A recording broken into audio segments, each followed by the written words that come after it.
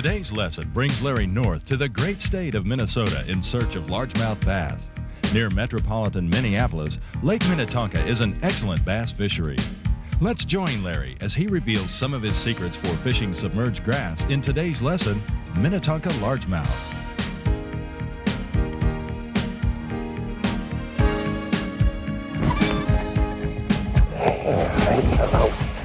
Ooh, that's a good fish there. Nothing wrong with that one. See, that's a pretty good Minnetonka bass right there. I want you to look at how pretty he is with the black tail and the yellow mixed in. Now I've never seen one like that. That is pretty. And he's a pretty good fish. Look at that. Two-tone, yellow, black. That's a hydrilla bass, one that's been down in the, I should say milfoil. They don't have hydrilla in Minnetonka. This is milfoil and coontail grass. Nice bass. He kind of messed up my little lure. Just a little bit. You know, one thing that I can tell you for sure, now I'm a pork lover. I love pork on the back of a jig, but there's definitely times in the summertime when a jig makes the bait, or your trailer makes the bait fall a little bit differently, and that's why plastic trailers a lot of times in the summertime is a better bait to throw.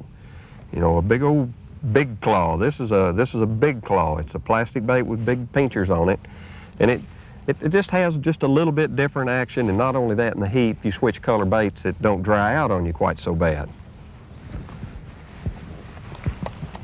Now, I'm not saying that they wouldn't hit pork right now, so if that's the only trailer you've got,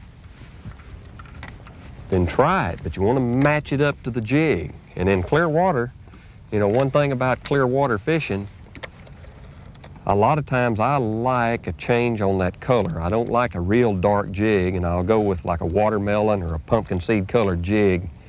And to match that up with the appropriate color tail, you have to use plastic.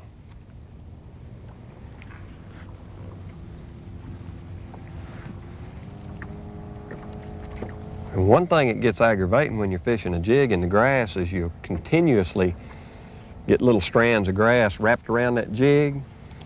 And once you've fished with a bait and a while in the grass, you'll start getting the feel of that bait. And when you know you got grass on it, you just take the rod and just give it 2 or 3 quick pops.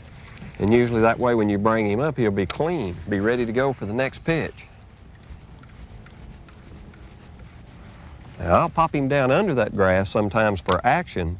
Really, it depends on how fast or how active I feel the fish are, because sometimes they're real active and they want you hopping that jig up off the bottom, you know, jerking him up off the bottom, putting some action on him, let him fall back.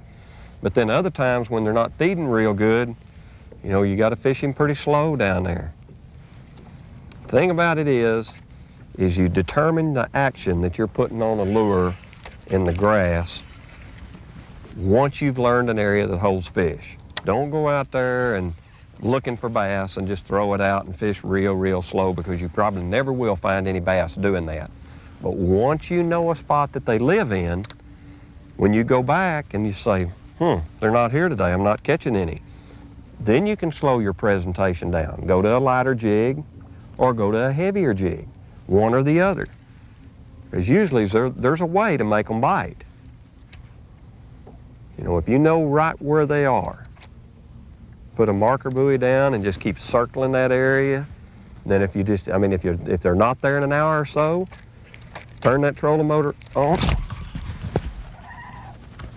Wow! Oh, you got off. Doggone. I was reeling my jig in, and that fish and 2 more just like him just come squeaking up out of the grass. Well, if I didn't lose that one. Boy, I mean, there is some fish right there, evidently. One important key to fishing underwater grass beds is to fish an area quickly until you determine that bass actually live in that area. Then, slow down your presentation and fish that area thoroughly. This enables you to cover a lot more water quickly while searching for bass. One thing that I really want to emphasize when you're fishing vegetation like this and it's up close to the surface in deeper water, you want to really pay close attention to the type of day that you found your fish on. Because bass and grass, they have a bad tendency to get on the very outside edge of it on cloudy days, and then they bury right up in the middle of it on sunny days. And a day like this, when you've got kind of a haze moving in and it's changing your conditions, good fish. Good bass, come here. That's a nice one. Anytime you've got that haze moving in and you really can't see your grass, one thing you better do when you catch a fish is put a marker buoy down right in that general area, because when bass are under the weeds like that, I mean, there may be 15 or 20 of them down there like that one fish, and all of them be right here in one little 10-yard area. Now you may have to make several drifts back and forth through this area to catch these fish. And if you don't have that buoy down there, I promise you, when it clouds up, you will not be able to see what's under the water right there. So always mark your spot. Now, if you're trying to hide it from another fisherman, now you can get real sneaky and get you a little aspirin bottle or a little cork and put it on a little piece of monofilament and put it down right there, so tomorrow you can find your spot and nobody else can see it.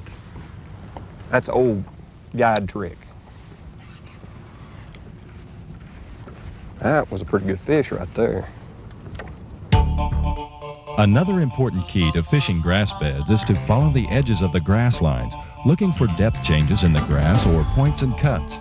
In heavy vegetation, this must be done visually by closely observing the grass under the water and fishing close to the boat with a jig or plastic worm. I mean, you can sit right here some days when fishing's real good and you may make 10 drops right there in that one spot and pull 10 fish out of it. And just, you'll have hydrilla and milfoil floating all over the water here where you tore all the grass up.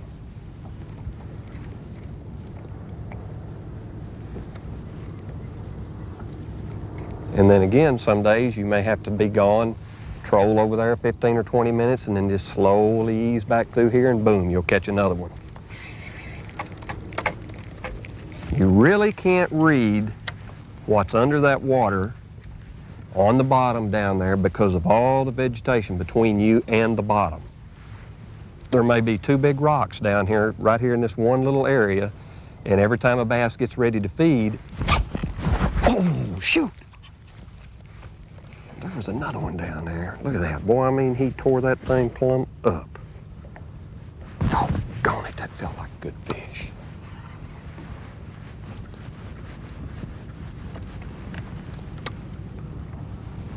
But every time a fish gets ready to feed, I mean, he comes up and he'll feed right here in this same spot.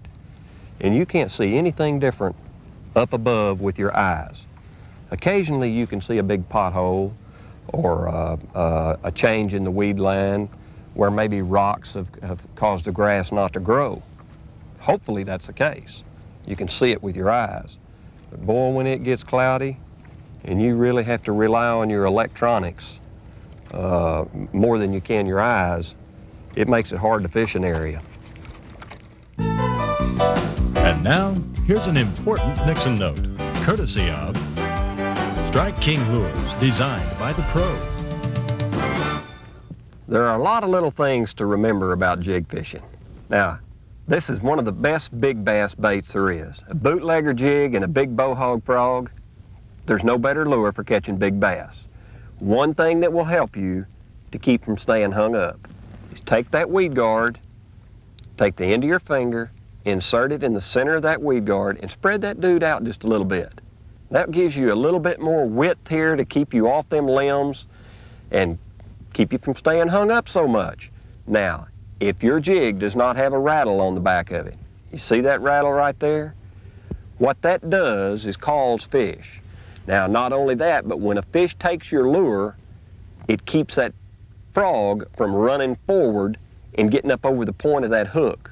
So if you don't have a rattle on that jig, you be sure that you take a little small piece of a plastic worm and slide it up over that hook point and up against the head of that jig, and that'll keep your frog from blowing forward when a fish gets it and you hook the pork.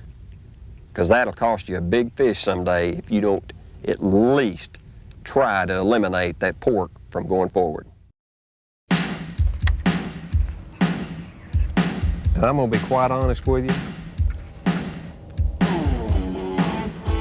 I fished 3 days prior to today finding this one area. Mainly in the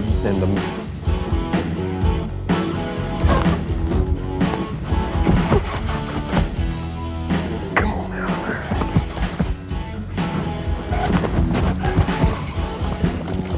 See how much grass he's got with him there? Come here, little boy. That's coontail or milfoil.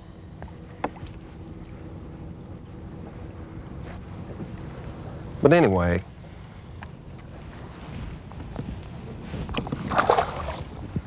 as I was saying, I spent 3 days finding this one area that has there's just a bunch of fish right here. And the only day that I found fish was the day that it was sunny and I could really see that grass with my eyes down there. During cloudy or hazy days, following grass lines visually can be difficult at best. When you do catch a fish or get a bite, throw out a marker buoy.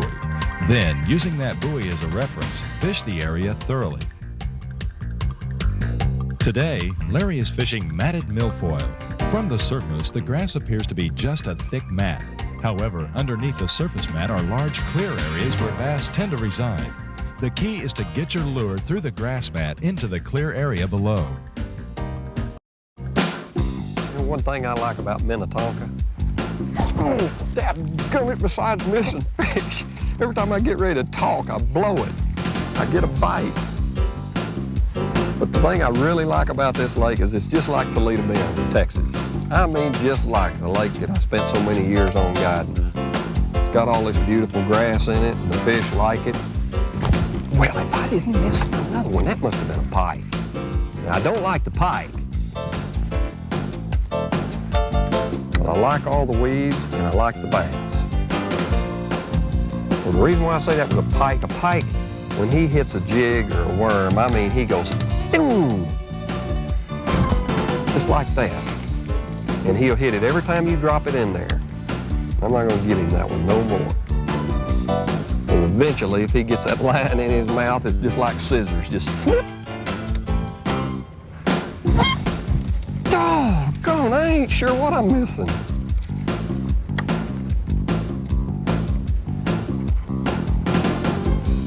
Now, I'm not having any fun right now, folks. If that's a school of bass under there, I'm doing a real poor job of getting a hook in them. Now, that's a pike. Another stinking pike, that's what that was. Like I said, they live in the same, well, that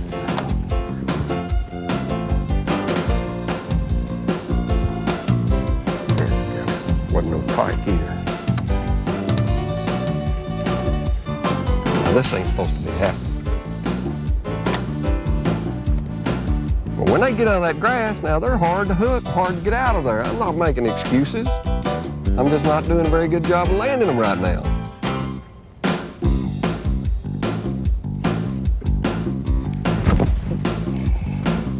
Boy, I'm really getting chapped now. I'm just really not a happy camper. I don't know whether they're just small bass or whether I don't know what I'm doing.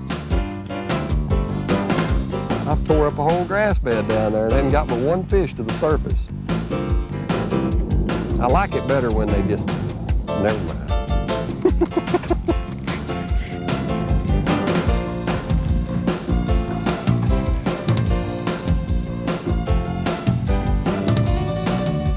Gee, Chris. gets that thing, I'm gonna rip his teeth out.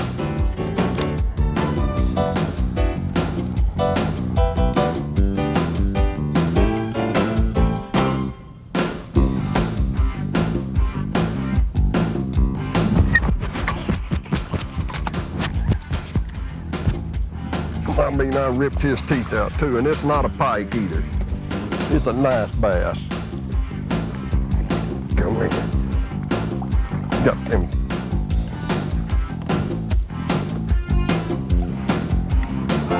I'll teach you. Now, just barely got him right in that upper lip.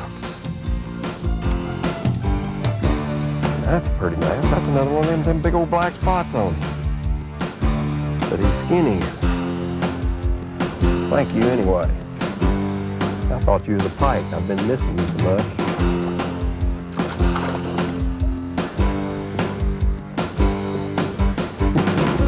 Pike. Yeah, Larry, right. You really thought you was missing pike. It was a good day on Lake Minnetonka. Didn't catch many big ones, but found 2 nice schools of fish. One thing I want to leave you with. When you find little bass under the weeds or on a point and you got grass, believe me, tomorrow when you come back, they may be 3 and 4 pounders. So don't forget where the small bass are. Come back and see me again next week and I'll make you a better bass fisherman.